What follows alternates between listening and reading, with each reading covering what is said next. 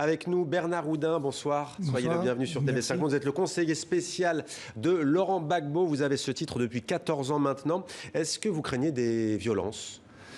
Malheureusement, bien que le projet de retour du président a été annoncé depuis longtemps et que c'était un droit fondamental, puisqu'il est constitutionnel de ne pas être en exil, après un acquittement total à la CPI, on s'aperçoit aujourd'hui, et avant de rentrer dans le studio, j'ai vu des dizaines de vidéos qui m'arrivaient d'Abidjan, où malheureusement la police gaze des groupes de jeunes qui veulent se réunir.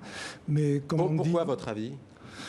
C'est une crainte qui est sans doute infondée.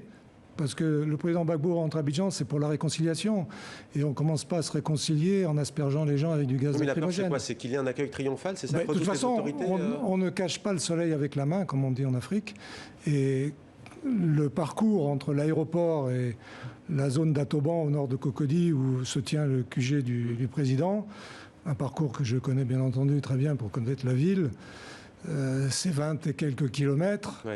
Vous n'allez pas empêcher les gens d'être sur le parcours et d'assister au passage du président et de fêter toute la nuit dans les quartiers d'Abidjan, quels qu'ils soient, parce qu'il n'y a pas de fief de X ou de Y, il y a des Abidjanais qui, dans leur immense majorité, attendent une réconciliation. Alors pourquoi rentre-t-il ? Votre réponse dans quelques instants, mais d'abord vous évoquez le parcours entre l'aéroport et Cocody, le parcours cette fois politique de cet homme, l'ancien président ivoirien Laurent Gbagbo, poids lourd de la vie politique ivoirienne, récit signé Florent Krebseg.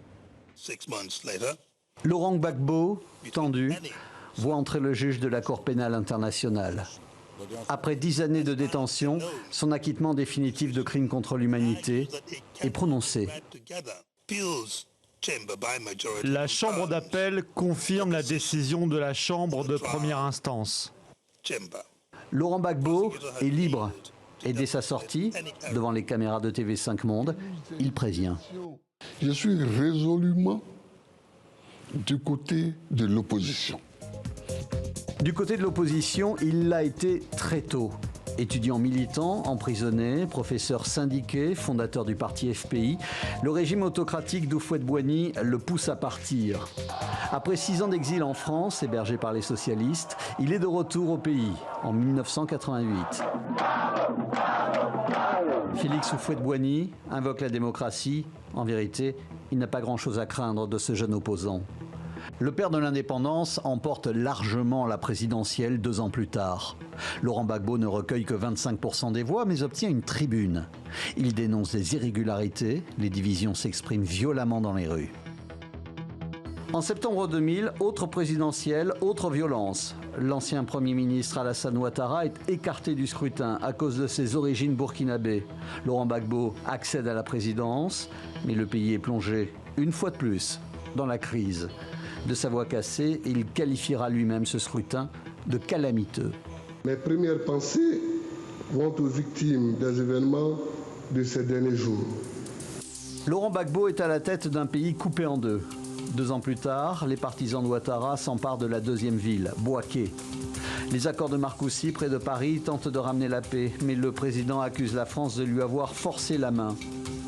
La présidentielle prévue pour 2005 est reportée à 6 reprises. Je n'accepterai jamais la décapitation de l'État de Côte d'Ivoire. En 2010, certain de l'emporter, il organise une présidentielle. Un scrutin sous tension entre Laurent Gbagbo et Alassane Ouattara. Les 2 hommes se déclarent vainqueurs. Le scénario tant redouté se produit. 4 mois de violence, des morts, des réfugiés. L'impasse est totale. Le président Ouattara, avec le soutien des forces rebelles du Nord et des troupes françaises, maîtrise Laurent Gbagbo dans son bunker. Ce dernier est officiellement arrêté et quelques mois plus tard, transféré à La Haye. Devant le peuple souverain de Côte d'Ivoire. Alassane Ouattara, son adversaire, entamant un 3e mandat présidentiel, promet la décrispation par le dialogue. Figure imposée, ce dialogue devra se tenir avec cet adversaire qui revient aujourd'hui. Et de défendre son intégrité. Avec nous, Bernard Oudin, conseiller spécial de Laurent Gbagbo. Pourquoi rentre-t-il aujourd'hui en Côte d'Ivoire ?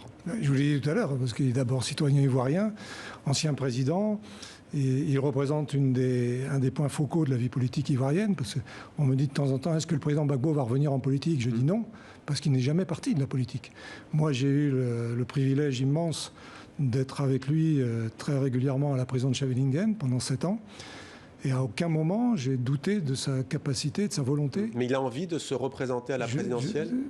Le problème n'est pas de savoir s'il se représente à une présidentielle ou pas. Le problème est de savoir quelle place il veut prendre dans le dialogue politique et la vie politique ivoirienne, parce que l'ADN du président, c'est la politique. Mais c'est quoi l'alternative si ce n'est pas candidat à la présidence pour un homme qui a un tel parcours ?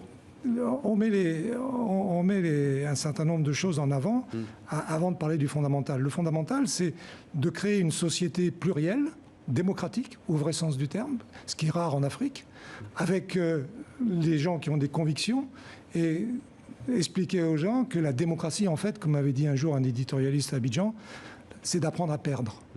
Et qu'à partir de ce moment-là, il y aura des alternances.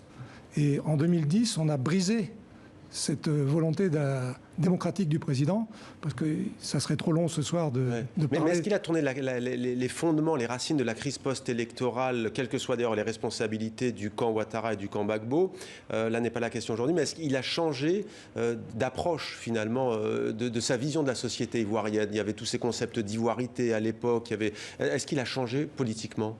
Vous savez, il avait une phrase quand il est rentré la première fois, puisque c'est son deuxième retour, il avait été en exil, vous l'avez rappelé. Il avait dit, dans un petit livret qu'il avait publié à l'époque, il avait dit ce que je décide de faire, ce que je fais et ce qu'en pense le peuple de Côte d'Ivoire, voilà mon problème. 33 ans après, il est exactement dans la même disposition. Et le président est là pour développer tout ce qui peut être fait dans l'intérêt général des Ivoiriens, qu'ils soient du nord, du sud, chrétiens, musulmans ou je ne sais quoi. Vous êtes son conseiller spécial. Et le rôle de la France dans tout ça, qui avait choisi, qui soutient Alassane Ouattara, il y a un nouveau président, Emmanuel Macron. Est-ce qu'il s'attend justement à ce qu'il y ait un changement de ce côté-là avec un nouveau président qui veut changer, dit-il, la politique africaine, entre guillemets, de la France? Écoutez, moi je viens de lire un livre de 2 journalistes qui sont des experts de l'Afrique. Ils interrogent le président Macron sur Ouattara. La réponse du président Macron, c'est « Ouattara m'a beaucoup déçu ». Bon, c'est un élément, mais c'est écrit, c'est publié. Le président Gbagbo n'est pas un anti-français. Moi, j'avais écrit une tribune récemment où je disais que la libération de Gbagbo, il était encore à la CPI, sera la bouée de sauvetage de la France en Afrique. Parce que la relation que Gbagbo veut avoir avec la France et les autres pays de la communauté internationale, ce sont des relations d'égalité. D'égal à égal. Et se sortir de cette France-Afrique qui est en fait la dialectique de la monture et du cavalier. Et c'est toujours la même monture et toujours le même cavalier. Merci. Voilà. Merci beaucoup Bernard Oudin d'avoir répondu à nos questions. Je rappelle que vous êtes le conseiller spécial de Laurent Gbagbo depuis 14 ans.